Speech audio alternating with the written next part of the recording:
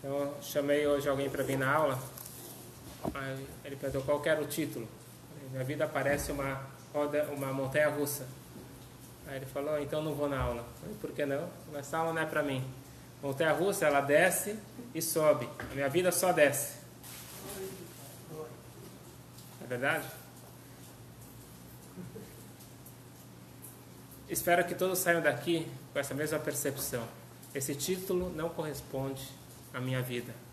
Na minha vida, o vagão só sobe. Então vamos mudar de foco. Espero que esse vai ser o objetivo dessa aula. Se a gente não chegar nesse objetivo, então a gente vai ter que começar a aula de novo. Então vocês veem a mesma cena, um vagão subindo e descendo. Todos estão gritando. Só que uns gritam de emoção e outros gritam de medo. A nossa vida também é assim. Isso me lembra uma passagem dos Salmos, que eu vou ler para vocês. No Salmo 139, o rei Davi, já na tradução, ele fala o seguinte: Imesak Shamaim Shamatá. Vou falar só em português. Para onde eu poderia ir, se me quisesse afastar-se do teu espírito? Como poderia fugir de tua presença? Se ascender aos céus, lá te encontraria. E se me lançasse às profundezas, também lá estarias. Se com as asas eu me puser a voar, e aos confins dos mares eu me dirigir, tua mão continuará a me conduzir. Então, explicando essa frase, a gente pode ler isso daqui de duas formas. A gente pode ler de uma forma pessimista e de uma forma otimista. A forma pessimista é: oi, vez, não tenho como fugir de Deus. Se eu vou para o céu, Ele está lá. Se eu vou até para o purgatório, lá também está Deus. Não tenho para onde ir, não tenho para onde escapar. Não tenho liberdade, não tenho como me esconder. Todo momento Deus está atrás de mim. Esta é uma leitura pessimista. A leitura certa, e acredito que foi essa a forma que o rei Davi ele escreveu, é a seguinte: que alegria, que bondade, que presente. Qualquer lugar que eu vou, papai, Deus está do meu lado, me cuidando e me protegendo. Esta é a leitura correta da vida. Mas às vezes na vida a gente pode querer, não por opção talvez, mas os fatos da vida são tão pesados que eu acabo sentindo que eu estou descendo, e tem gente que acha que só desce e não consegue enxergar uma luz no fundo do túnel. O primeiro passo na vida é decidir ser feliz. Por que eu falo decidir ser feliz? Porque felicidade, alegria, é uma opção. Eu escolho. Eu devo escolher ser feliz. E para isso, a gente sabe, não precisa explicar por que eu preciso ser feliz. Hoje em dia, cada vez mais se fala, eu não estou falando da felicidade de uma forma vulgar, como se fala por aí, o importante é ser feliz, não é o prazer imediato, autogratificação, não é, diversão, é uma paz de espírito interna. Isso traz um bem-estar mental, físico, espiritual, emocional. Eu preciso da alegria, mas para isso eu preciso entender, porque no final das contas o ser humano ele é lógico e nós não conseguimos entender. Como que é possível que na verdade a gente não entende de todo mundo, mas quando é na minha pele fica mais difícil de entender. Por que eu tenho problemas? Por que eu tenho dificuldades? Ou se você quiser chamar, por que eu tenho desafios? Nos 3 elementos básicos do ser humano, que a Kabbalah fala: Banei, Mesonei e Chayei. Problemas de família, problemas de parnassá, de sustento, problemas de saúde. São as 3 coisas básicas que pegam. Então hoje nós vamos ver a visão da Kabbalah, como encarar essas dificuldades da vida, e para ver se a nossa vida é uma montanha russa, que ela sobe e desce, ela só desce, ela só sobe. Vamos entender qual que é a dinâmica da vida e dos percalços da vida de acordo com a Kabbalah.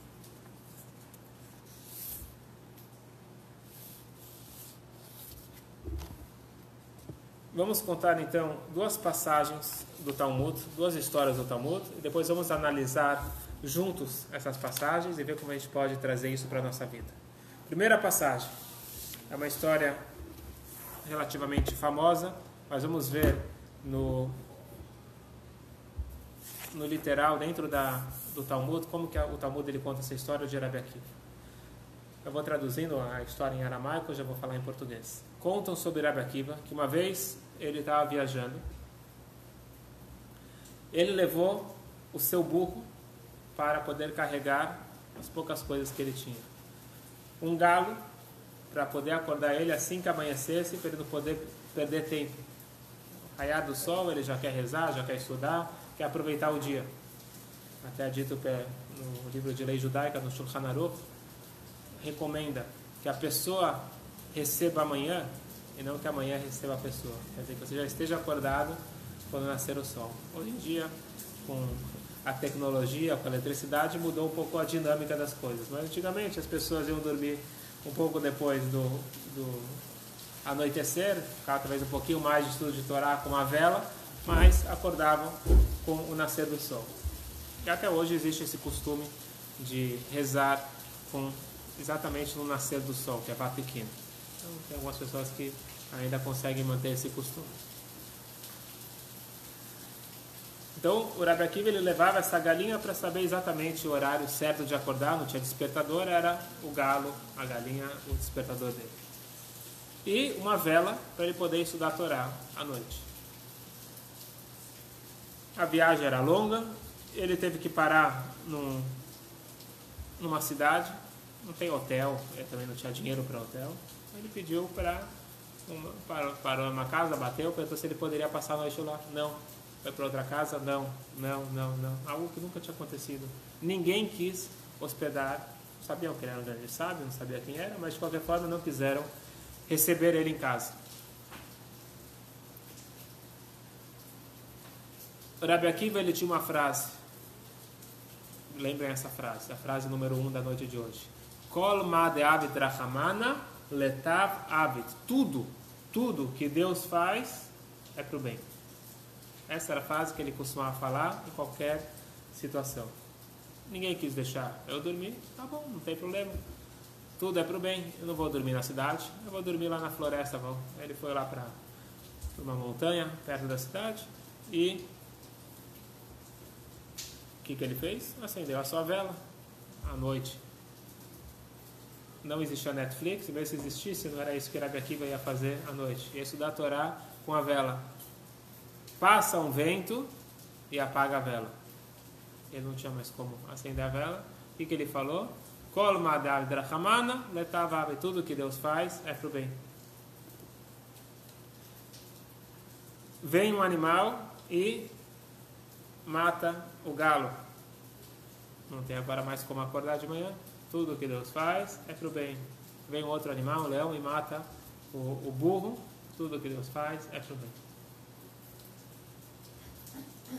Ele agora, colocando na nossa situação contemporânea, seria você perder a tua casa, a tua fábrica, todo o dinheiro e as tuas amizades. Você perdeu tudo, não tinha nada. Tudo que ele tinha, ele perdeu em uma noite. Mas ele estava feliz, porque tudo que Deus faz é para o bem. Então, se vem de Deus, é para o bem.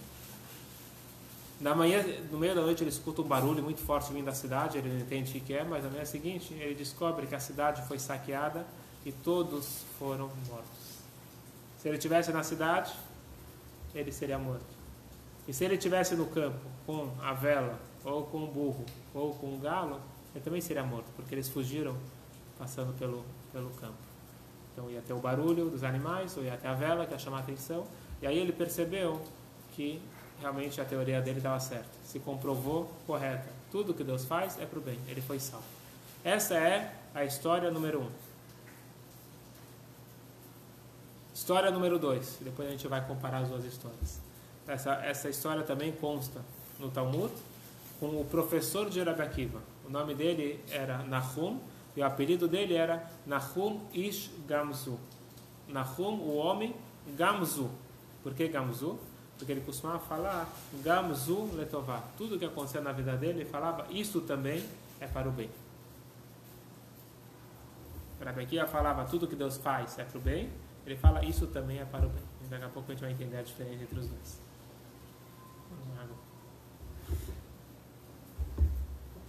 E a história que o Talmud conta que durante o segundo templo, o Israel e o povo judeu estavam sob o domínio dos romanos. Grande parte do segundo templo era sob o domínio dos romanos e depois acabou sendo destruído o templo pelos romanos.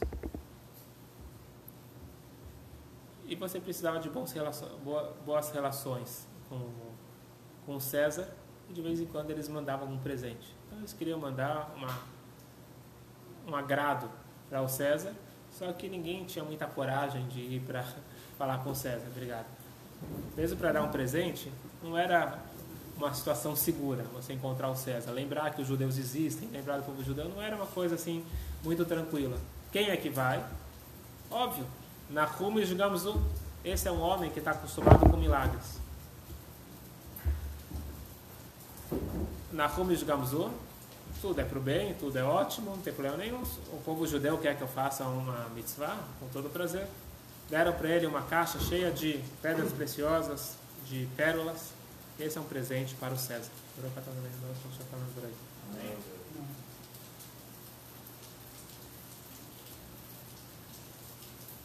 Ele começa o caminho até Roma. É longo o caminho, ele para numa estalagem. O dono da estalagem vê que tem um judeu com uma caixa pesada. Deixou o judeu adormecer. No meio da noite ele tira as pedras preciosas, tira toda a riqueza que tem lá dentro e enche de areia. Fica mais ou menos o mesmo peso. Pronto. De manhã, na Nahum de Gamzu, ele acorda, faz as rezas, sai para o caminho. Ele abre a caixa e ele vê que está cheia de areia. O que ele fala? Gamzu letová. Isso daqui também é para o bem. E ele continua caminho a Roma. E ele entrega para o César, em nome do povo judeu, um presente. Uma caixa cheia de areia. Quem tem coragem de fazer isso? Ele entrega esse presente. Falou, eu estou representando o povo judeu. Tudo que acontece é para o bem. Trocaram por areia? Melhor ainda. Vamos tomar cuidado com essa história para também não colocar o conformismo na horas que nós temos que agir. Mas, como a gente vai ver no final da história, esse homem é um homem que está num outro nível, num outro patamar, que é importante a gente conhecer também, onde ele percebe que não só as coisas são boas, tudo é para o melhor. Então, se trocou de pedras preciosas para areia, é para o melhor. Como? Não sei. Isso aqui é com Deus. Eu estou representando aqui o povo judeu. Ele chega e entrega para o César um presente em nome do povo judeu. Aqui está essa caixa. E quando abrem essa caixa na frente do César, ele vê a areia e ele manda forca. Que negócio? Está zombando na minha cara? E naquele momento aparece um conselheiro, que na verdade era o anjo Elial Navi. Ele aparece no formato de um conselheiro do César e fala: Vossa Excelência, acha que o povo judeu ia mandar areia para zombar do Senhor? Eles não estão procurando problemas. Com certeza, essa areia é mágica. O senhor não conhece a história lá do Tanakh? Que o Abraham Avinu, conta o Midrash, que Abraham, no momento de uma das guerras, ele jogou areia para o céu e se transformou em flechas. Deve ser a areia do patriarca deles, Abrão. O César falou, então prende o cara, vamos fazer o teste. Não faltava guerras para Roma, mandou para uma das guerras, jogaram para o ar, se transformou em flechas. Ele chama Nahum de Gamzu, muito obrigado, agradece o povo, ele tira toda a areia da caixa e enche de pedras preciosas e pérolas. Manda isso de presente, como agradecimento para o povo judeu. Essas são duas histórias interessantes. Uma é Rabi Akiva e outra é Nahum de Gamzu. Qual que é a diferença entre essas duas histórias? A primeira história é Rabi Akiva, ele perde tudo o que ele tem, mas ele salva a vida dele. Segunda história, Nahum de Gamzu, acontece um problemaço na vida dele, roubam todo o dinheiro dele, e ele fala tudo é para o melhor, e realmente foi melhor. Porque se ele chegasse para o César com pedras preciosas e, manda colocar aí, o que eu preciso disso? Não era isso que o César precisasse, mas quando ele trouxe uma coisa diferenciada, isso sim fez com que o César ficasse muito agradecido ao povo judeu. Essas duas histórias mostram duas perspectivas de vida, e são dois níveis. E hoje nós vamos estudar 3 níveis como enxergar a vida. O primeiro nível é o nível de Rabi Akiva. O nível de Rabi Akiva é o seguinte: eu perdi a vela, foi triste, foi. Perdi o burro, perdi o galo, não deixaram eu dormir, foi tudo episódios tristes da minha vida. Mas comparado a que eu salvei minha vida, então Deus nos livre. Quando acontece um acidente e dá perda total no carro, você fala, graças a Deus, só foi o carro. Mas na prática, eu perdi o carro. Essa é a história de Rabi Akiva. O primeiro nível é, tudo o que Deus faz é para o bem. Eu perdi o emprego, eu estou com problema de saúde, eu estou com problema de relacionamento, não é um problema. Mas é para o melhor. Como? Às vezes eu vejo, o Rabi Akiva conseguiu ver no dia seguinte, mas nem sempre eu vejo. Mas naquele momento eu estou sofrendo. Problemas de saúde, família e parnassá, eu estou sofrendo. Mas eu acredito que tudo que Deus faz é para o bem. Esse primeiro nível é o nível onde que o judaísmo clássico explica. E a gente vai querer chegar no terceiro nível, que é o nível da Kabbalah. O judaísmo clássico fala o seguinte: por que pessoas boas sofrem? Como que é possível que alguém que faz tudo certinho, a vida dele dá errado? Alguém que faz tudo errado, a vida dele dá certo. Então, primeiro que nós estamos julgando com os nossos olhos, o que é certo, o que é errado, quem é justo, quem é perverso. Mas, de qualquer forma, a gente sabe que tem casos de pessoas boas que sofrem, e sofrem, na verdade, já a interpretação da pessoal. Tem pessoas boas que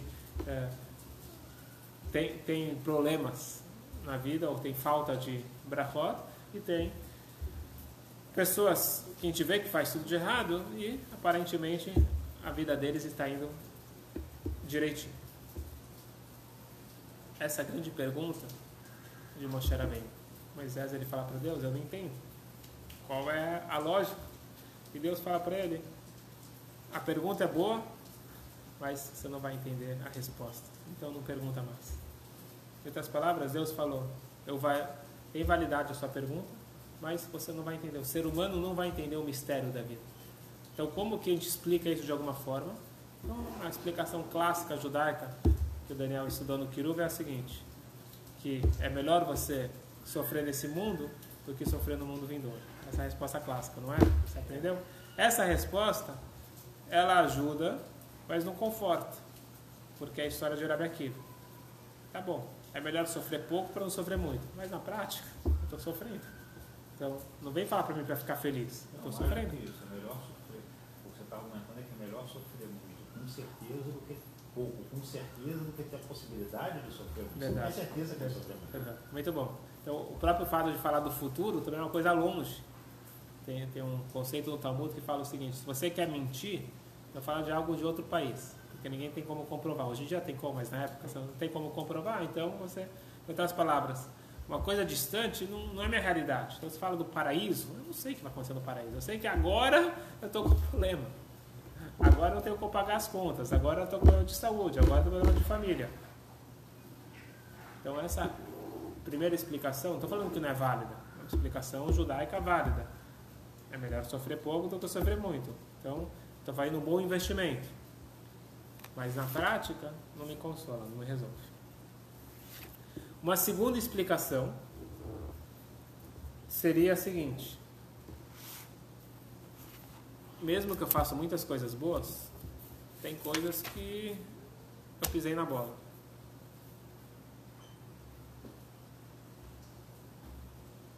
Não, desculpa, essa é a primeira explicação ainda. Tem coisa que eu pisei na bola. Então, eu preciso pagar. Então, quando eu pago aqui, esse pagamento ele é muito menor do que pagar em termos de alma. Porque no máximo são questões aqui financeiras, questões físicas, não são questões espirituais que é para toda a eternidade. Mas de volta isso daqui no console. A segunda explicação é a seguinte. Quando você quer que alguém cresça, você faz testes. Então, por exemplo, uma criança imatura, você dá para ele um exercício. Ah, faz você, eu não quero. Esse quebra-cabeça, monta você. Então me ajuda. Aí o pai fala, não quero te ajudar, eu quero que você faça sozinho. Então a criança imatura vai falar, você não gosta de mim? Me ajuda, eu estou te pedindo. Mas o amor é tão intenso que eu quero que você amadureça. Para você amadurecer, você tem que passar por dificuldades, por testes, para conseguir crescer. Então, essa é uma segunda explicação, que Deus ele faz testes para a pessoa. Nunca problemas, sempre testes. Isso é a realidade, não é problemas, são testes. Oportunidades de crescimento. Então, quando a pessoa passa por uma dificuldade, ela tem que sair melhor dessa dificuldade. Ela continua com a opção de encarar aquilo como um problema e se deprimir, ou encarar aquilo como um teste para um crescimento. Então, por exemplo, a pessoa foi mandada embora do emprego. Ela pode falar, eu não presto, eu sou horrível, tá vendo? Aquele chefe não gosta de mim, ele me mandou embora porque realmente não sou competente e vou me deprimir. Vou falar, me mandou embora do emprego? Baruch Hashem. Quer dizer que eu tenho capacidade de ter um emprego muito melhor. Então agora eu vou batalhar para conseguir crescer e evoluir. Então essa é uma segunda explicação, mas de qualquer forma ainda seria uma descida para uma subida. Então isso aqui é um conceito que existe na Kabbalah, que é Yeridá Tzorech Aliyah. Você pode ver lá a montanha-russa da vida, quando está descendo, é porque ela está pegando impulso para subir agora muito mais alto. Mas de qualquer forma, na descida é uma descida. Então ainda não resolveu. Quer dizer, não resolveu por completo. Ajuda, mas não resolve. E por isso nós vamos agora para a explicação da Kabbalah. Estamos prontos? Para isso a gente tem que esquecer um pouquinho a forma que a gente enxerga o mundo e trocar de óculos. O nosso óculos ele é muito humano. E a gente vê com a lógica limitada do ser humano e as coisas não ficam muito organizadas. E na hora que não tem organização, não tem uma sequência de pensamento na minha mente, eu fico perturbado. E eu quero ficar tranquilo, eu quero ficar feliz. Para isso, eu preciso sair um pouco da realidade limitada e me conectar um pouco à realidade do infinito. Isso nós temos como presente nos ensinamentos da Kabbalah. A Kabbalah nos possibilita sair um pouquinho dessa mente fechada e mente quadrada e limitada que é o ser humano.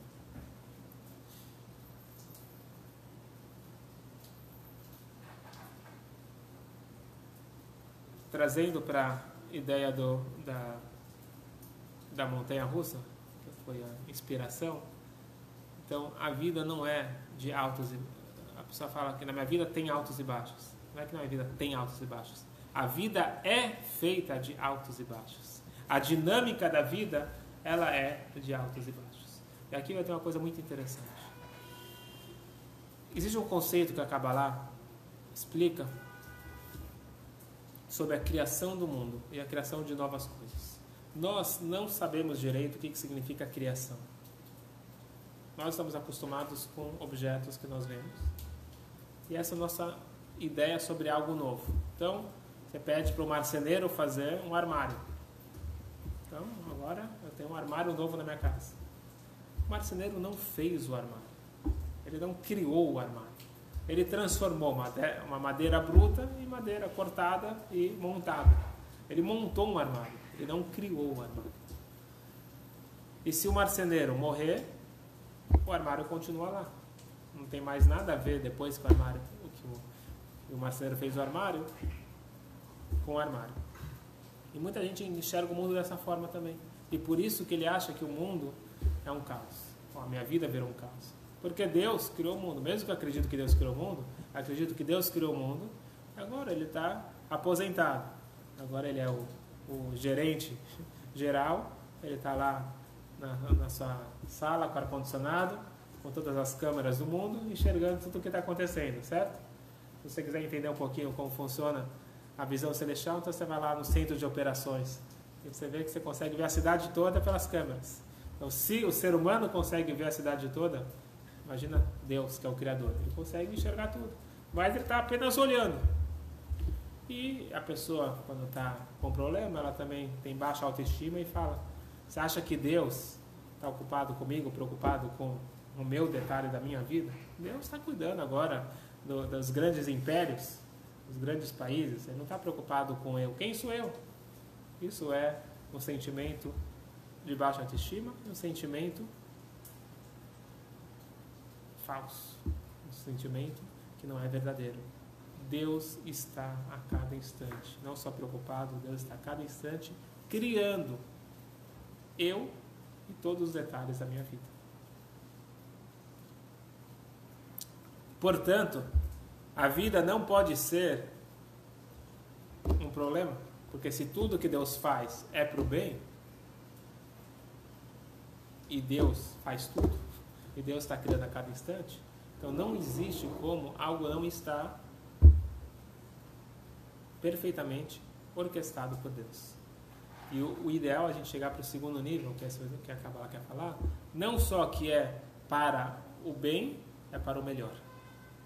Isso que aconteceu com Nahum de Gamzu é o exemplo de transformar, de trocar pedras preciosas para areia, é para o meu melhor. Então a pessoa não espiritualizada, a pessoa imatura ia chamar a polícia e ia conseguir de volta as pedras preciosas, mas e se não conseguisse, ele não iria para o César. Porque eu tenho um problema na minha vida e parou tudo. Eu estou infeliz, eu estou com problema, eu tenho que resolver e tudo deu errado. Mas ele preferiu enxergar a vida de outra forma. Deus está guiando minha vida, eu estou numa missão importante e cada um de nós está numa missão importante. Então tudo o que acontece é para o melhor. Como que é possível que o que acontece é para o melhor? Explica a Kabbalah que existe bom e existe muito bom. Bom é aquilo que o mundo chama de bom. E muito bom é aquilo que o mundo chama de ruim.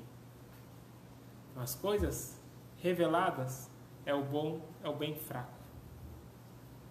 Então, voltando para a ideia de um pai, se o pai fizer o dever de casa para o filho, é um bom pai que ajuda o filho, mas não é um bom pai.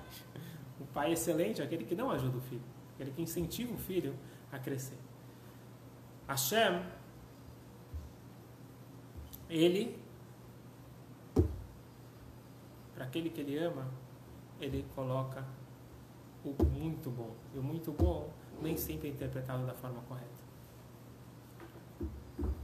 Imagina um cara do interior, primeira vez que ele vem para a cidade grande, e falaram que o pai dele está com uma doença e iam cuidar do pai dele. Ele chega atrasado e quando ele chega, o pai está numa cama amarrado, com homens mascarados, com bisturi na mão. E ele começa a gritar, para, vocês vão matar meu pai, o que é isso? E aí tentam acalmar ele e explicam para ele que está tendo uma cirurgia e não tem ninguém querendo matar o pai dele. Então, se a gente não consegue, alguém que não está acostumado com um procedimento diferente, você chama isso daqui de que estão querendo o mal, você tem certeza absoluta. Então, aquele cara lá do interior tem certeza absoluta que estão matando o pai dele. Quando, na verdade,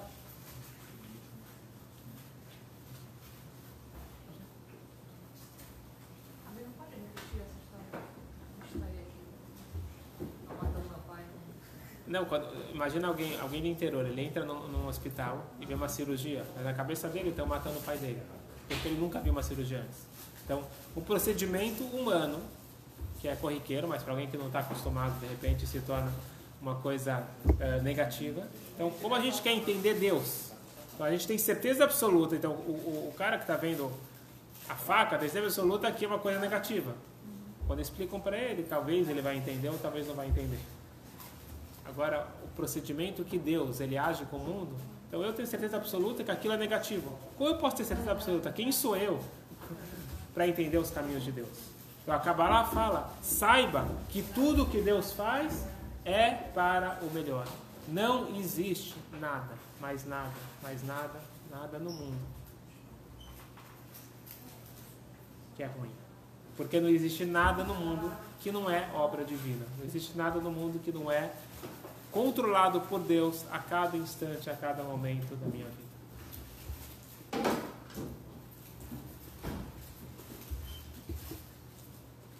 Uma vez, um pai, ele trouxe seus 2 filhos para um teste de QI, de inteligência emocional. Ele queria que o rabino testasse seus filhos. O rabino, então, pediu para trazerem cerveja. Fazer um lechaim. Um pouquinho de cerveja para cada um, fazer um lechaim. Faz a brachá e toma. O mais velho tomou um pouquinho da cerveja. É amargo. E o caçula tomou a cerveja e falou: é amargo, mas é bom. E aí o rabino falou para o pai, falou: o caçula vai se dar melhor na vida. Ter maturidade para entender que tem coisas que são amargas, mas são boas. Pegar o limão e fazer uma limonada, entender que aquilo é para o meu melhor, precisa de maturidade. E quanto mais maturidade, aqui eu chamo maturidade espiritual. Porque não é maturidade intelectual, porque eu não tenho como entender. Na verdade, eu uso meu intelecto para entender a grandeza de Deus, entender a presença de Deus. Preciso estudar sobre isso. Então é justamente isso que a Hassidut da Kabbalah nos ensina, a interiorizar, incorporar que a criação divina é constante e é presente em cada momento. Não é uma coisa distante da minha vida. Porque a gente fala, acredito em Deus. Sim, mas acredito que Deus está no céu. Tanto é que esse fato de falar Deus, Papai do céu. Deus não está no céu. Deus está em todo lugar. E, de certa forma, ele está mais presente na terra do que no céu. Porque aqui está o objetivo da sua criação. Então, quando a gente joga Deus para o céu, joga Deus para o espiritual, eu acho que a minha vida, quem controla sou eu ou as pessoas, e por isso eu fico frustrado. Mas no momento que eu incorporar essa fé, essa confiança total que Deus está presente, então as coisas começam a se encaixar. Não quer dizer que eu vou ter uma explicação lógica, mas pelo menos eu vou estar seguro que eu estou sendo bem cuidado.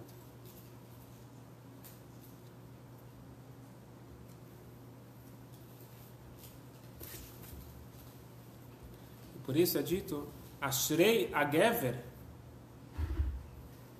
bem-aventurado, sorte do homem, Asher Teyasrenu Ka, que ele é testado, ele tem Isurim, ele tem os sofrimentos, que vem direto do o nome de Deus, Yud, e depois o Rei. Nós temos o nome mais potente divino, é o Yud Kei Vav Kei, o Tetagrama. Pela Kabbalah, as energias que vêm no mundo, elas são divididas em 2 grupos. As primeiras 2 letras e as 2 últimas letras. As primeiras 2 letras é o bem oculto. E as 2 últimas letras é o bem revelado. Então, quando tua empresa está indo bem, quando os relacionamentos estão indo bem, a saúde está boa, é fácil falar Baruch Hashem. Agora, o teste é falar Baruch Hashem quando eu não estou enxergando aquele bem revelado.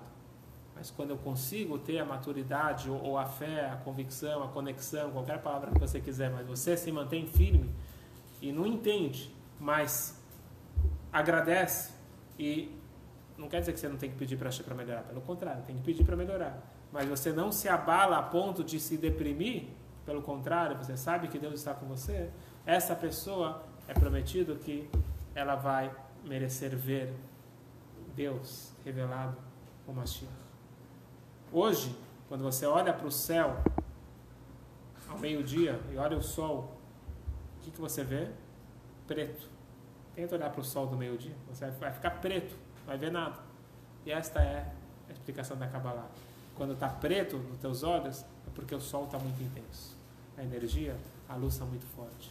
Então, se você conseguir entender que não é preto, não é escuridão, não é ausência, mas sim uma presença muito forte, isso vai me preparar para poder receber, quando Mashiach chegar, as maiores das revelações. Mas aí vem a pergunta, e o questionamento que muitos têm. Tá bom, entendi, é o bem maior, o bem mais elevado, mas sabe o que, Deus? Eu prefiro o bem raso. Eu prefiro muito dinheiro do que pouco dinheiro, prefiro muita saúde do que pouca saúde, prefiro bons relacionamentos do que maus relacionamentos. É o bem elevado, o mal elevado. Sabe o que, Deus? Guarda para outra pessoa o bem elevado, eu prefiro o bem raso. Uma pergunta válida. E aqui vem... O que você acha, Flávio? Por que você me escolheu para fazer tantos testes? Escolhe outra pessoa. Isso, escolhe outra pessoa. E aqui vem uma coisa interessante. Imaginem que agora, quarta-feira, 20 horas, com chuva ou sem chuva, você tem 2 aulas. Você tem a minha aula, eu não vou levar no pessoal, vocês podem responder. Tem a minha aula e tem a aula de Moshe Rabbeinu. Moshe Rabbeinu veio para o Rio de Janeiro, para Purim. E ele chegou antes e ele vai dar uma aula hoje, às 20 horas, na mesma hora. Qual aula vocês vão escolher para ir? Não vou ficar chateado. Você não vai dar aula. De Moshe Rabbeinu, porque eu também vou para lá, né? Mas se você tem 2 aulas, uma aula que você entende o que está sendo falado, e uma aula que você não entende, mas é uma grande personalidade. Você tem 2 tipos de pessoas. Tem aquela pessoa que é lógica, quer entender tudo. Então, o que eu vou fazer na aula de alguém que eu não entendo? Mas a pessoa um pouco mais madura, um pouco mais elevada, fala, imagina, a oportunidade de estar perto de um gigante. Vou entender, não vou entender? Não importa. O que importa é a atmosfera. Então a pergunta é, eu quero a maior revelação ou eu quero pouca revelação que eu entenda?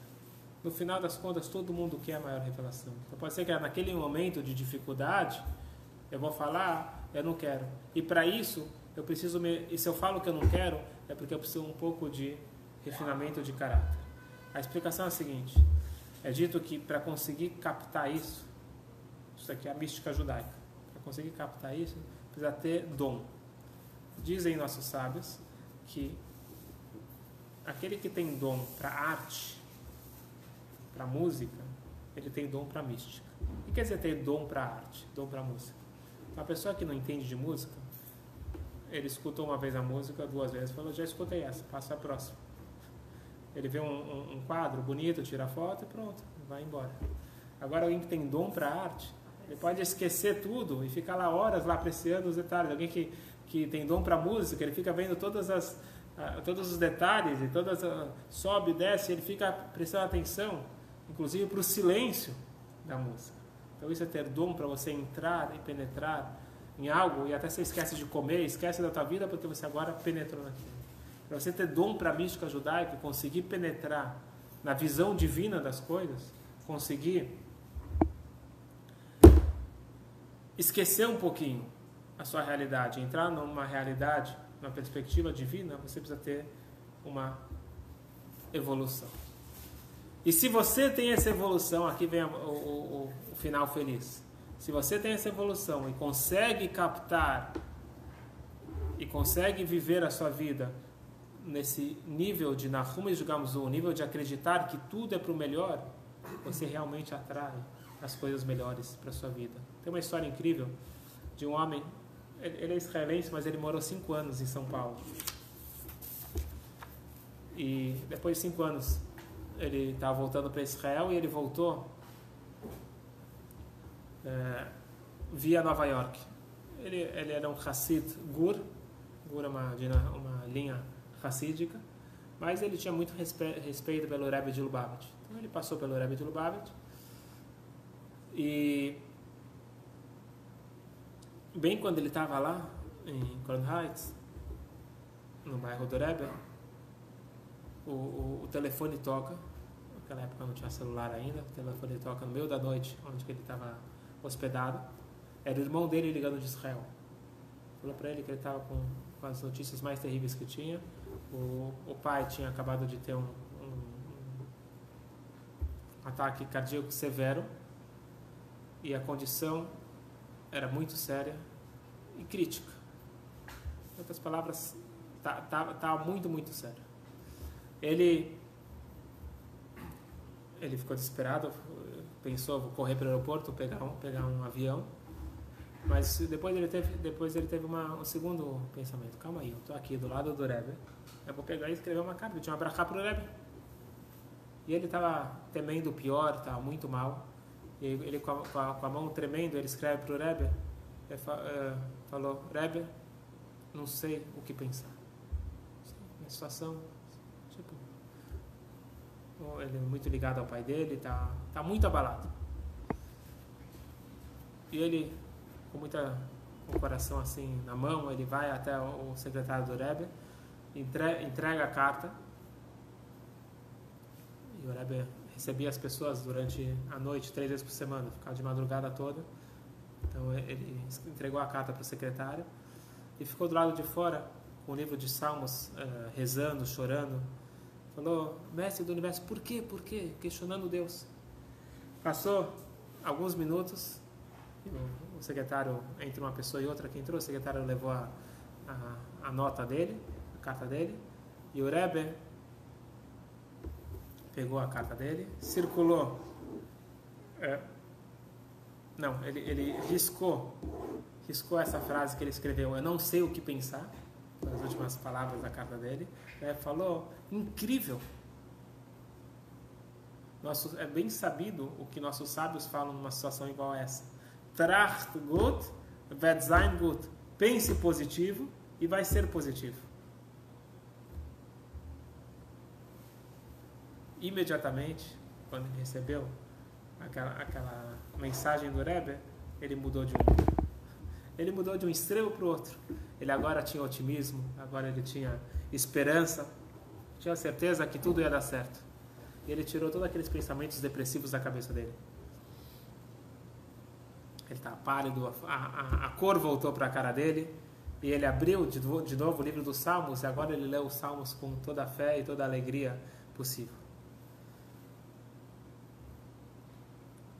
Ele saiu e ligou pro irmão dele perguntar, e aí falou: Baruch Hashem, já não tem mais perigo, nosso pai está recuperando. Ele não fez o que o Rebbe sempre pede. Você escreve para pedir brachá quando a situação está crítica, depois manda um recado que a situação melhorou. Mas ele não sabia talvez disso e agradeceu a Hashem e continuou. Alguns dias depois, ele estava na sinagoga do Rebbe, no 770, e o Rebbe estava saindo ou entrando para Minchá, na reza da tarde, e aí ele passou por esse homem, Abraham Rothenberg, falou: Nu, você tem notícias para mim?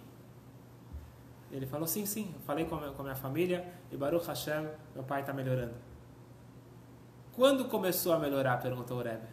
Falou: faz 2 dias. E quando você começou a pensar positivamente? Falou: assim que o Rebbe me deu a orientação 2 dias atrás. Tá vendo? Disse o Rebbe.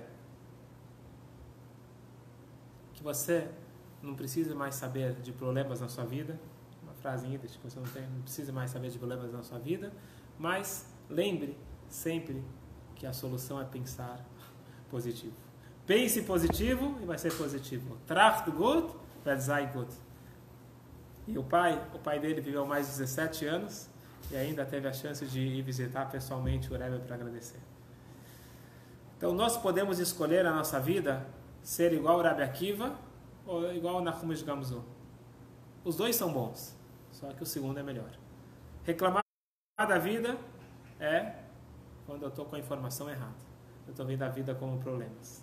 Agradecer e falar isso também é para o bem, já é um nível. Eu estou sofrendo, agora é um problema, mas tenho certeza que as coisas vão se ajeitar e vão resolver. Mas a verdadeira fé judaica é você ter aquele otimismo, aquela alegria interna, aquela fé é acreditar que tudo é para o melhor. Então existe